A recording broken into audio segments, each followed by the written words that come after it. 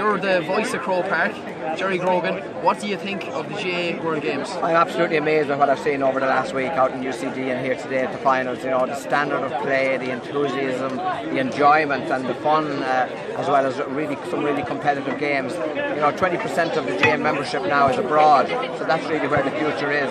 And if the standard continues to be like it is and to get even better, you know, there's an amazing future for international teams in the GAA. And of course, the great idea is to have Irish teams play, which we saw here in the Middle East versus Abu Dhabi, Irish foreign players. But what do you think of the native players that are playing the games? That's the thing that astonished me most, really. We had a French team here today.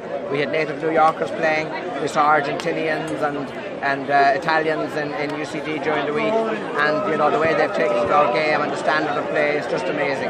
And that's the way the GAA is going. We've had young children from China in Shanghai here and from Italy in Croke Park here playing at half-time in games.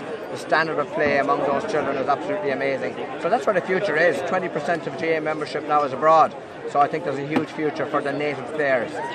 So where now for the GAA Games? Is there anything more the GAA can be doing to develop newer countries that we may not have seen so far, maybe? Well, I'm sure that work is afoot to actually develop it in other countries, but just to continue, it's very much in its infancy at the moment. This is only the second year of this particular competition, but work is going on right throughout Europe and the Middle East and everywhere, developing Gaelic games, and it's going to get bigger and bigger. Brilliant. So someday you might be announcing the winners from far afield. I have no doubt. I doubt maybe it mightn't happen in my lifetime. I'm pushing on a bit now, but definitely it will happen. I have no doubt it will happen. It has to happen.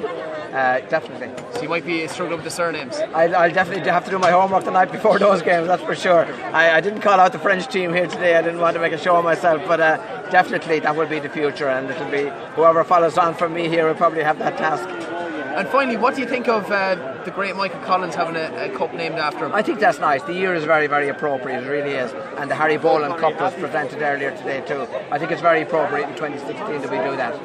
It's nice to tie it in with the Laochra events of earlier in the year as well. Absolutely, there were some phenomenal events, and here in Croke Park I was privileged to be part of the Bloody Sunday commemoration here in Croke Park. That was a really moving occasion, commemorating all those who were killed here, and this is just a follow on from it now as we go towards further into the year, and I think it's very appropriate. Jerry Grogan, thank you very much. You're welcome. You're welcome.